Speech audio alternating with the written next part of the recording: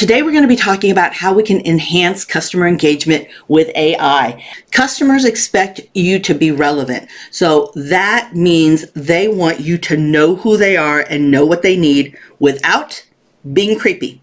We don't need to be creepy. Nobody wants that. But they absolutely are upset if you don't remember they bought from you. How many, have had that customer, you got very excited. You were going to do an email campaign out. You sent it out and they said, "What do you mean I haven't bought from you? I've bought 5 things from you. Are you paying attention?" Because I've seen emails like that. Fortunately, not for myself, but in clients that I've been working with and helping them with their email marketing, because email marketing is not dead. It has evolved, and it's actually one of the most powerful forms of marketing, but a lot of people abandon it because they don't know how to provide value, and people don't want more stressed out inboxes. They want value. They expect you to remember them and to be grateful for the fact that they spent their time, energy, and money on you. And AI can help you do that, especially for those of us who are small shops, 1 or 2 person entrepreneurs. The advantage is you do not need 20 tools. It scares me to high heaven when I walk into or talk to a business and they tell me, "Maria, we've got 26 AI tools. We've got 23 different tools," because that means they have no clue what's going on. And I know it because a lot of times they're very proud to tell me the reason they know they have their 26 is because they checked all their invoices. That's the only reason they knew they had all the tools, is because they see where they're getting billed, the $20, billed $20 or $15. But when you have that much tech stack, a lot of things happen that are siloed. There's a lot of overlap that happens. So there's redundancies because they're only using a little element of each instead of the full total use of it. And not even that, they don't have control of their data, which is the scariest thing. Now, even for us small businesses, we have to be aware of and vigilant about keeping information secure. Understand that 94% of businesses have shadow AI going on. So what is shadow AI?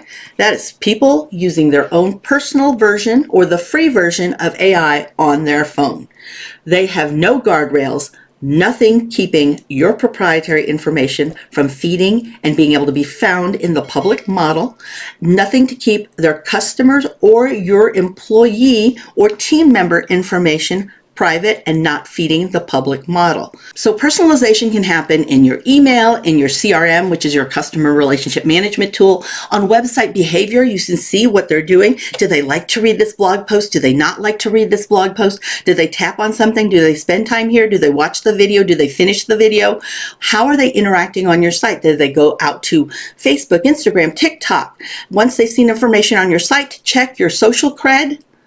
Or do they go to your competitor to go see what's going on? And are you tracking all of those things? Because those are the important data decisions that we need to make better decisions in our business. We also need to know what the purchase timing is or the content delivery. So we need to be experts on our customers. That job weighs on our shoulders. So what AI can help us do is it can help segment our customers. So we may know that we have some really great customers, and it could be, we have a lot of customers all over. Like for me, I have customers all over the world. So they're all over the world, and I might want to segment who are in the Southwest region, who are in the East Coast, who are in the West Coast, or maybe I'm headed to Oklahoma City, and I want to know who all's in Oklahoma City, because I want to make sure that I am addressing whatever they're searching, whatever their needs are, because I'm about to do a live talk in Oklahoma City and I want to be relevant to what matters to that area, to that region, to my best customers that are there. It also helps you draft tailored responses because you have an idea to know what's important to them, what matters to them, maybe what's the top topic or concern for them. It also helps you with triggering the timing of emails too, because you might have, for example, I can look at Instagram and see that most of the people who follow me on Instagram are on Instagram about 11 to 2 o'clock, 11 in the morning to 2 o'clock in the afternoon. Most of them. But when are they really interacting in things and looking at what I have available? 7 o'clock in the morning and 2:30 in the morning. All right. So I know that timing. Do you? Because you have that access through a lot of your social information or your social tools and data. You can also generate personalized video, and you can summarize conversation history so you can really look at information.